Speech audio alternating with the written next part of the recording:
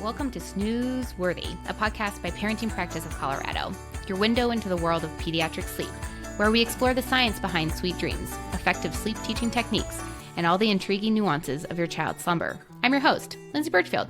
And I'm Paige LeGault. Together, we're here to guide you through the labyrinth of parenting, offering insights, strategies, and science-backed advice to make parenting during those early childhood years not just manageable, but truly memorable. As pediatric sleep specialists, we've seen the transformational power of sleep in countless families.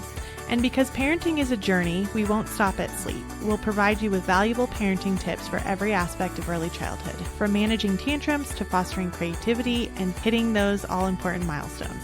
So whether you're a seasoned parent in need of a sleep overhaul or a new parent preparing for the joys and challenges of early childhood, Snooze Worthy is your trusted resource. Join us as we unravel the science of sleep, share practical advice, and make parenting truly snooze-worthy.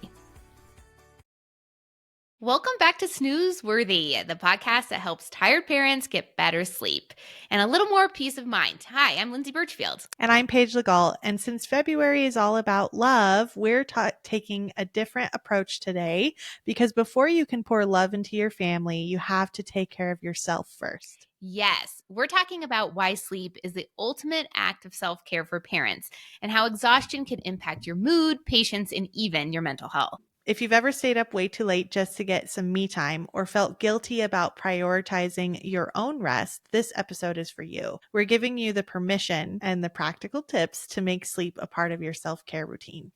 Because sleep isn't a luxury. Trust us, it's a necessity. And taking care of yourself is one of the best things that you can do for your entire family. So grab a cozy blanket, take a deep breath, and let's talk about how you can start prioritizing your rest guilt-free. So have you ever noticed after a terrible night's sleep, even the smallest things can irritate you? Mm-hmm. Suddenly, your partner's chewing is way too loud and your toddler's bedtime routine feels like it's never ending. And patience. What do you mean about patience at that point? Yeah, there's none at my house. If that sounds familiar, you're not alone. Lack of sleep isn't just about feeling tired. It actually affects how we connect, communicate, and love. In today's episode, we're talking about the sleep-love connection and why better sleep can lead to stronger love and relationships in your family. So Paige, let's talk a little bit about the science behind all of this first, okay? Yeah. Research shows that when you're sleep deprived, our brains actually struggle with emotional regulation. Mm-hmm. That means we're more irritable, we're less patient, and more likely to snap at our loved ones. Yeah, absolutely. And there's even research showing that couples who are sleep deprived, they argue more, not just about sleep, but about everything. Get this, studies show that sleep deprivation actually lowers empathy, meaning it's harder to see things from your partner's perspective. And I think we can all relate to that. Absolutely. I mean, I've totally experienced that. On nights when I don't get enough sleep, I totally find myself overreacting to little things that wouldn't really normally bother me. It would just, I would blow past that. And the same thing happens with my parenting. And when you're exhausted, bedtime battles and tantrums feel so hard to handle. So sleep deprivation and parenting stress, this is just why it's so important for parents to prioritize their own sleep so that way you can show up how you want to, not as the grumpy mama, right? When we're sleep deprived, we're not just more irritable, we also struggle with decision making, which can lead to inconsistency with bedtime routines or parenting in general. And inconsistencies make things harder for everyone. When kids pick up on that stress, exhausted energy, bedtime struggles actually increase. It's like a domino effect. They are so intuitive and they can sense what's going on in their home. Oh boy, can they. The good news is when you sleep better, your kids tend to sleep better too. It's all connected. Yes. So what can parents do to improve sleep and strengthen their relationships? Because let's be real, if sleep is a constant battle in your home, it's probably affecting more than just how tired you feel. It impacts your mood, it impacts your patience, and even the way you connect with your partner and kids. So let's share a few simple strategies to make sleep work for the entire family. All right, let's start with the big one. Set a bedtime routine for yourself.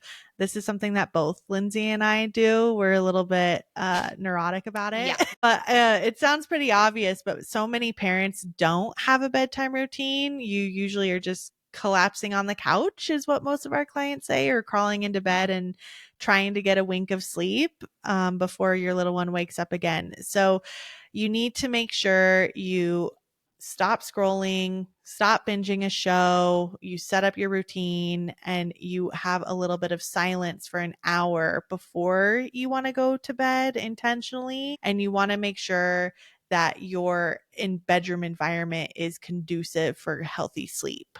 Yep, exactly right. So we call it revenge bedtime procrastination, where you know you should go to bed, right? Yep. But you're resisting it because it feels like the only part of the day that you have time for your actual self. But Yeah. here's the big thing.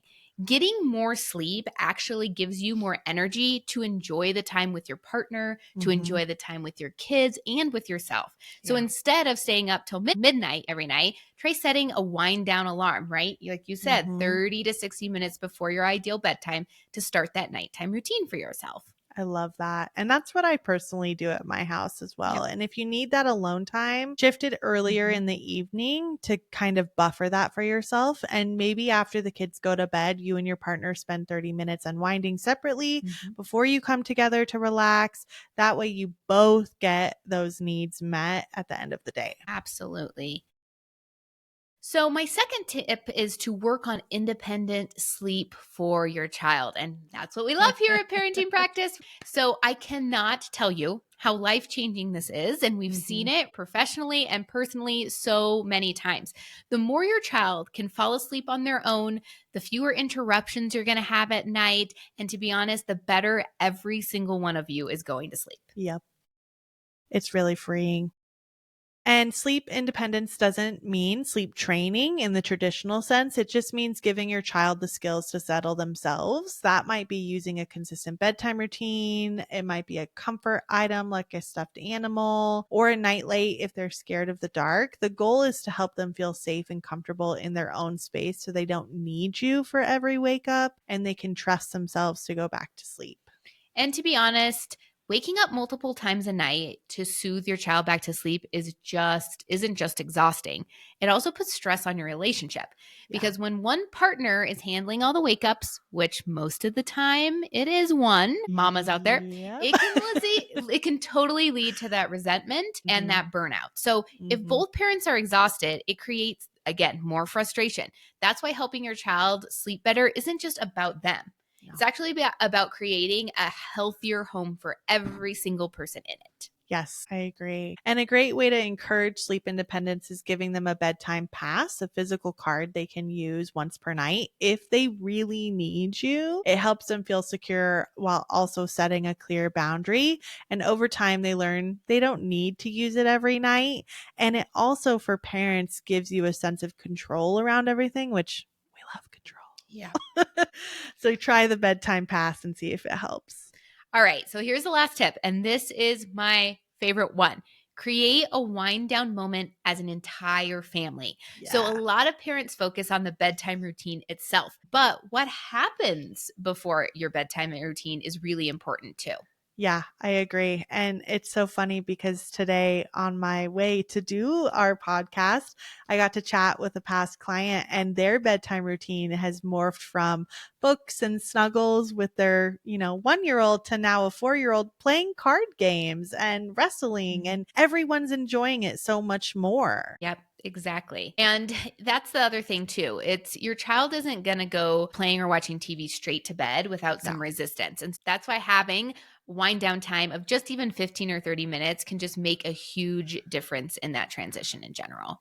Yeah, this could be something as simple as reading a book together, dimming the lights, practicing gratitude before bed, doing that card game or wrestling. I know one family that does the 3 good things every night, which is just so lovely and warms everybody's hearts up. But each person gets to share 3 things that they're grateful for, and it helps to shift the focus from stress to positivity, which can actually improve sleep as well. Yeah, I love that too. And for our younger kiddos out there, even something as simple as a warm bath, cuddles, gentle music can just be really soothing. So it's all about signaling to their brain that sleep is coming. And let's not forget, this doesn't just help your kids. Creating a nighttime ritual with your partner, like having tea together, doing a quick check in about your day, or just putting your phones away, can help you both relax and connect after that long day. So many parents go through the entire bedtime routine and then immediately they scroll on their phones. I do this too, guilty of it. Yep. Or they just crash right into bed. But Mhm. taking even just 5 minutes to connect with your partner before bed can make a huge difference in your relationship.